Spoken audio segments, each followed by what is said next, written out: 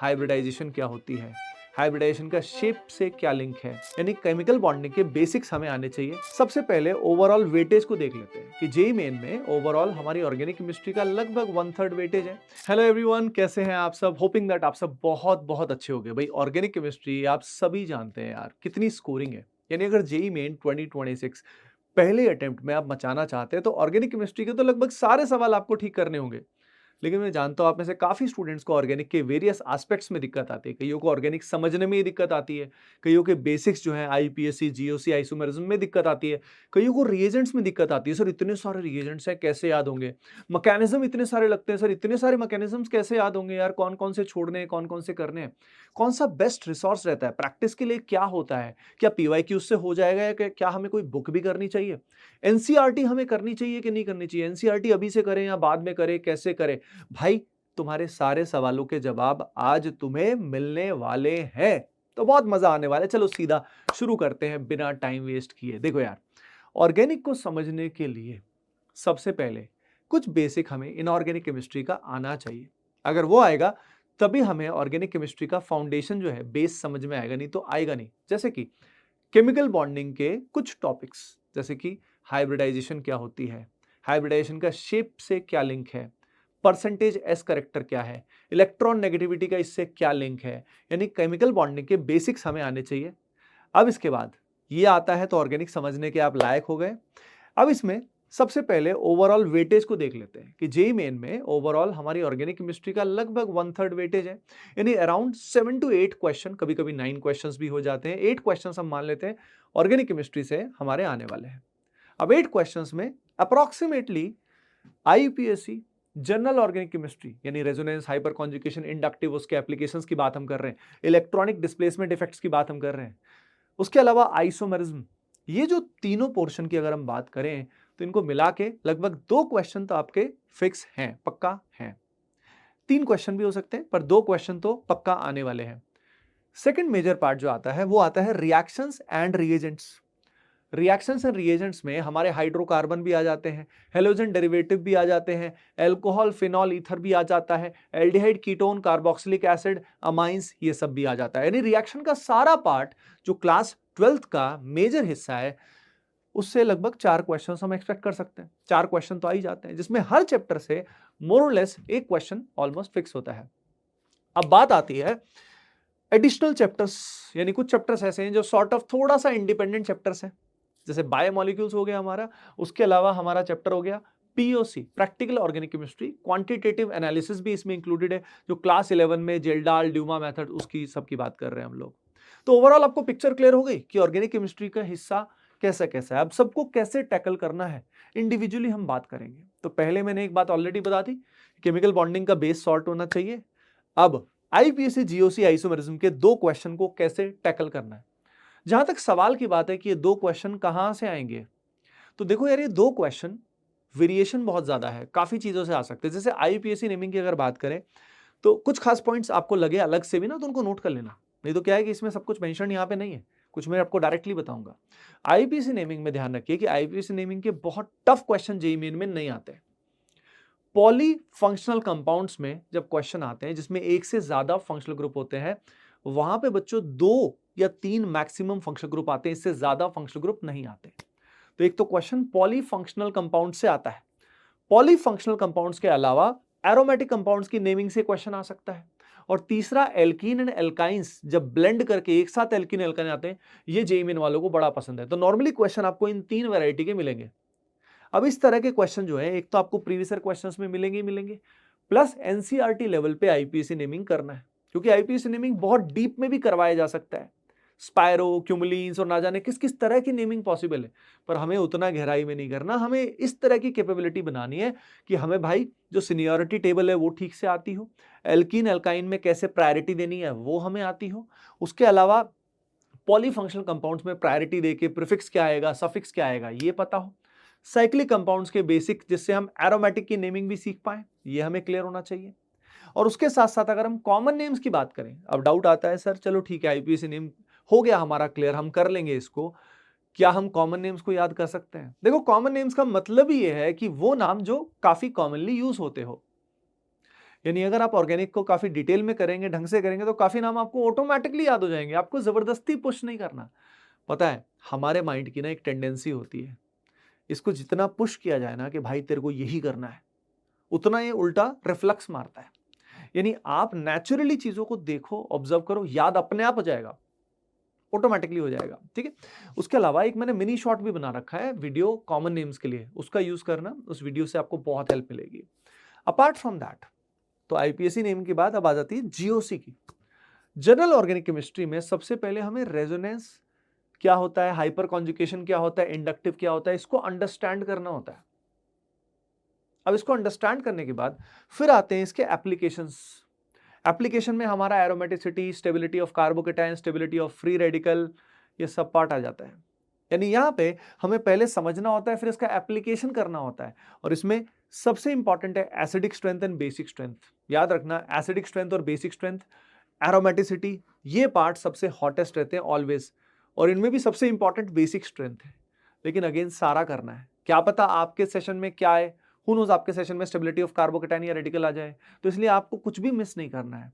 Organic chemistry की एक खास बात होती है कि ऑर्गेनिक केमिस्ट्री में सब कुछ आपस में स्ट्रांगली इंटरट्वाइंड होता है, जुड़ा हुआ होता है। अगर आपको जीओसी नहीं आएगा तो आगे आपको रिएक्शन मैकेनिज्म तो समझ में नहीं आएंगे, तो सब कुछ जुड़ा हुआ है। तो जीओसी में इन सब बातों का ध्यान रखें।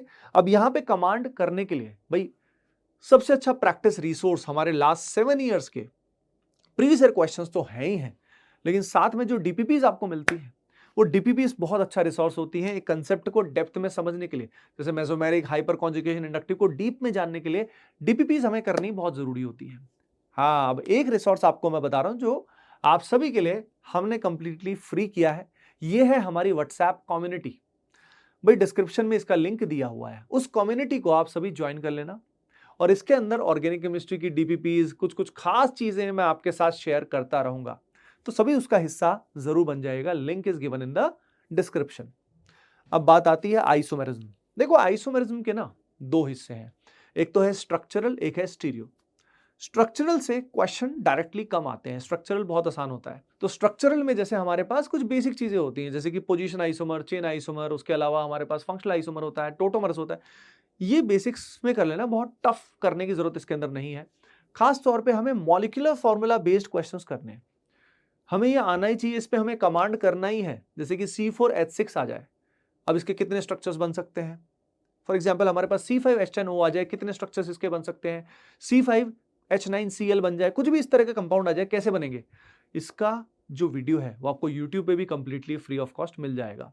मैंने बना रखे हैं सारे वीडियोस। ऑर्गेनिक केमिस्ट्री में आप कोई भी टॉपिक सर्च करेंगे, उसका टॉपिक वाइज वीडियो आपको मिल जाएगा।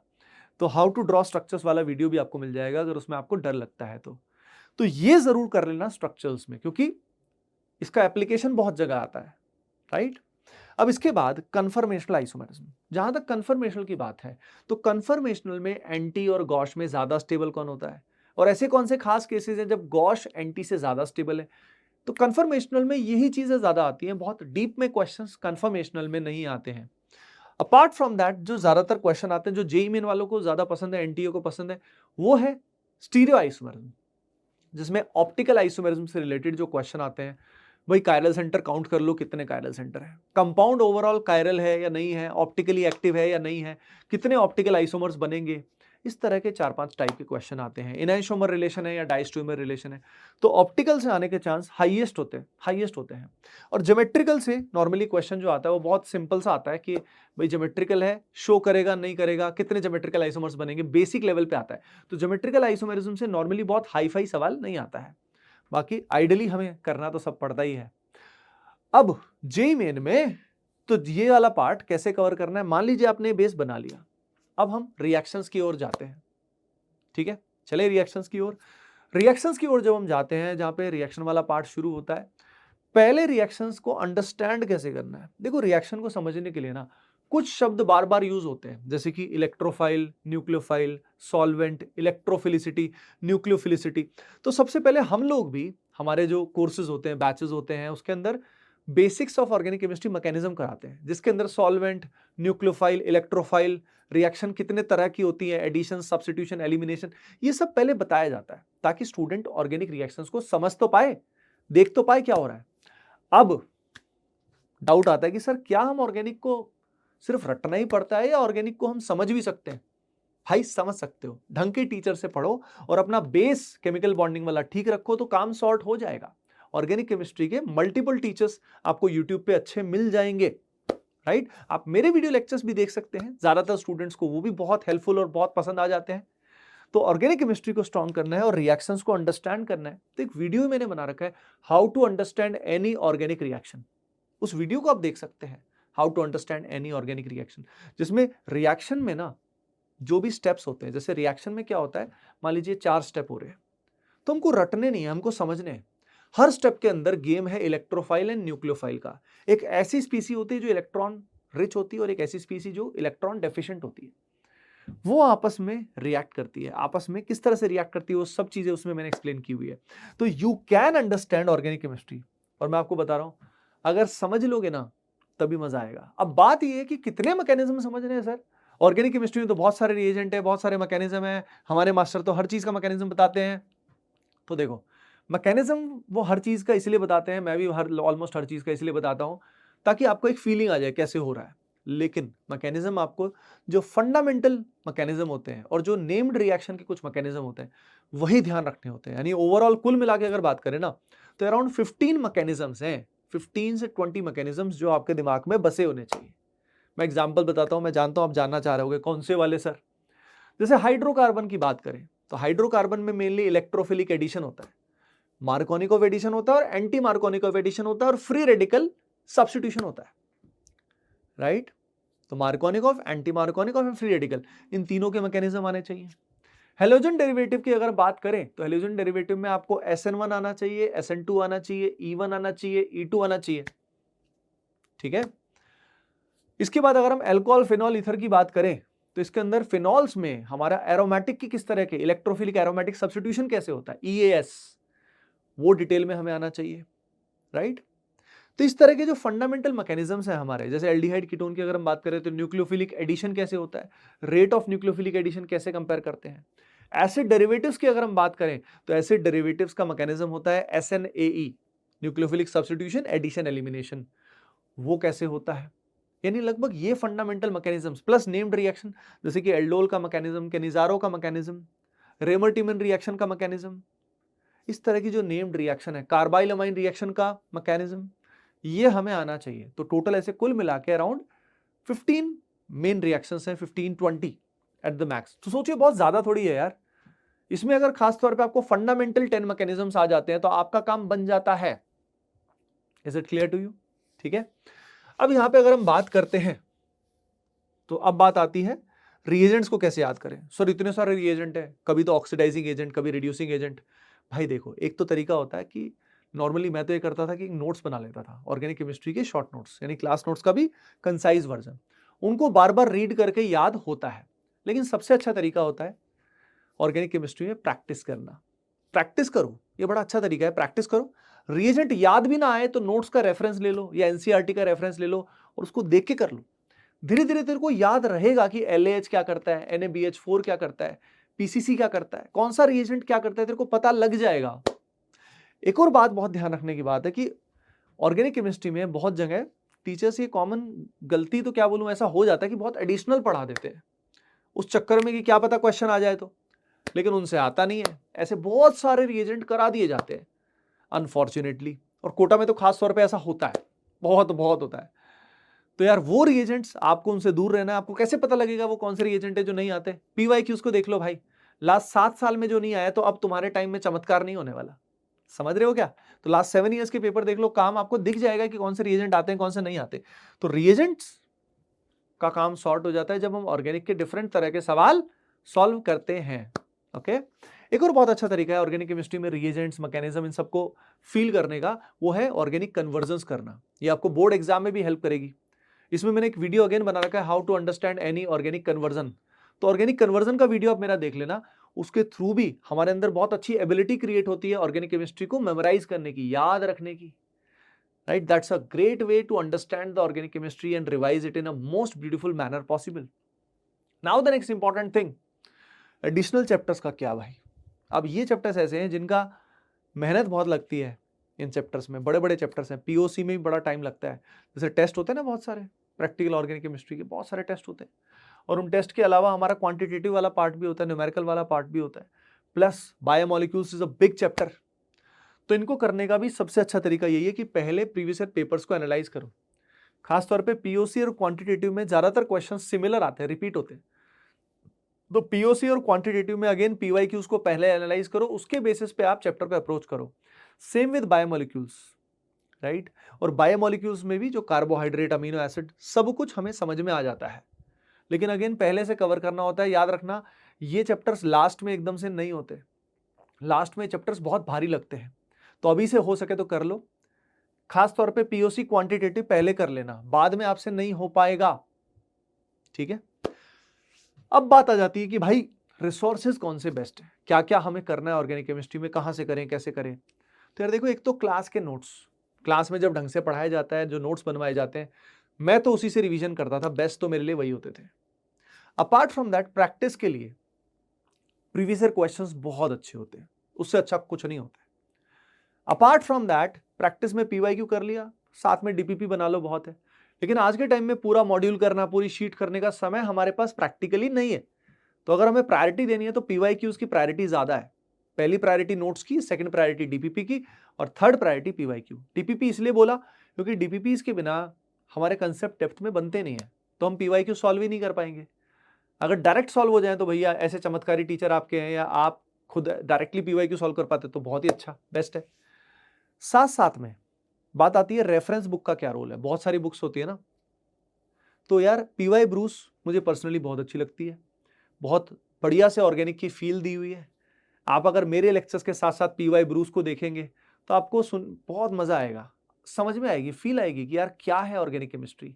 तो पीवाई ब्रूस कंसेप्ट्स को डीप में जानने के लिए आपके लिए बहुत हेल्पफुल हो सकती है। अपार्ट फ्रॉम दैट, एनसीईआरटी का क्या रोल है ऑर्गेनिक केमिस्ट्री में, ये बड़ा कॉमन डाउट होता है, sir is NCERT enough for organic chemistry. देखो भाई, मैं समझा देता हूं। ऑर्गेनिक केमिस्ट्री जो है ना, उसके अंदर एनसीईआरटी के अप्रोच में ना बहुत सारे कंसेप्ट मिक्स किए हुए हैं, जिस कारण टीचर्स जब पढ़ाते हैं, खासतौर पे हम लोग जैसे कोटा बेस्ड टीचर्स कैसे पढ़ाते हैं, वो कंसेप्ट के बेसिस पे पढ़ाते हैं, जिसमें कंसेप्ट के अकॉर्डिंगली आगे बढ़ा जाता है, ना कि जस्ट चैप्टर बेस्ड पे। तो इसलिए एनसीईआरटी को सीधा समझना मुश्किल होता है। NCERT is very good for revision, तो एनसीईआरटी हमें करनी ही चाहिए, लेकिन कब? रिवीजन के टाइम पे। जैसे ही ऑर्गेनिक ठीक ठाक हमारा कवर हो गया, रिवीजन के लिए एनसीईआरटी का यूज करना ही है। It's a great thing for revision. तो बात समझ में आई? एनसीईआरटी ऐसे करते हैं। और एनसीईआरटी को भी करने का एक और बहुत अच्छा तरीका होता है, सिंपली रीडिंग करने की बजाय उसके पीछे वाले सवाल कर लो, कन्वर्जन्स कर लो। क्वेश्चंस के थ्रू एनसीईआरटी पे जाओगे तो एनसीईआरटी और भी गहराई में रिवाइज होगी, मजा आएगा। That's a great way, like going from questions to theory rather than just keep on doing theory। Organic में कितना ही थ्योरी करते रहो, सवाल नहीं करोगे ना, कुछ नहीं होगा, कुछ नहीं होगा। गेम है प्रैक्टिस का। तो प्रैक्टिस के लिए पीवाईक्यू हो गया, डीपीपी हो गया, मैंने बता दिया। प्लस अलोंग विद दैट एक मास्टर रिसोर्स मैं आपके साथ शेयर करना चाहूंगा। जो भी बच्चे ऐसे कोर्स की नीड में है तो उनको मैं बता देता हूं भाई, आप सभी के लिए हम लेकर आ चुके हैं आत्मनिर्भर कोर्स। आत्मनिर्भर कोर्स का मतलब ही आप समझ में आ रहे हो कि इसके अंदर ऑर्गेनिक केमिस्ट्री का सारा कुछ आपको मिलने वाला है। ऑर्गेनिक केमिस्ट्री के इसमें सारे के सारे जो लेक्चर्स हैं वो मैंने बना रखे हैं, वो आपको इसमें रिकॉर्डेड लेक्चर्स हाई क्वालिटी मिलेंगे। पूरा सिलेबस आप कभी भी कुछ भी कर सकते हैं कंप्लीट उससे, कुछ चैप्टर्स पहले से कवर भी कर सकते हैं। अपार्ट फ्रॉम दैट, इसमें आपको लाइव क्लासेस भी मिलेंगी। लाइव क्लासेस में आपकी प्रॉब्लम सॉल्विंग स्किल्स को एनहेंस कराया जाएगा, आपके डाउट्स भी रिजॉल्व होंगे। तो इसमें आपको लाइव सेशंस भी मिलने वाले हैं। तो ये एक मास्टर रिसोर्स है उन सभी स्टूडेंट्स के लिए जिनको भाई ऑर्गेनिक केमिस्ट्री में प्रॉब्लम है, उनको सपोर्ट भी चाहिए, सारे लेक्चर्स भी हाई क्वालिटी चाहिए। तो आप आत्मनिर्भर कोर्स को ज्वाइन कर सकते हैं। आत्मनिर्भर कोर्स की डिटेल्स जो है, लिंक जो है, अगेन डिस्क्रिप्शन में दी हुई है, आप वहां जाके इस कोर्स को ज्वाइन कर सकते हैं। ओके एवरीवन, तो भाई अब होपिंग दैट मैंने सारी चीजें आपको बता दी हैं। ये जो व्हाट्सएप ग्रुप है, फ्री व्हाट्सएप ग्रुप, इसको तो आप जरूर ज्वाइन कर लेना, नीचे डिस्क्रिप्शन में दिया हुआ है link. Apart from that I have told everything. अगर इसके अलावा भी कुछ बचता है आपका डाउट तो कमेंट सेक्शन में आप जरूर पूछिएगा। I will be more than happy to answer your queries. चलो, I will see you in the next video. Bye bye, take care and keep doing well. Love you all. सभी को राधे राधे।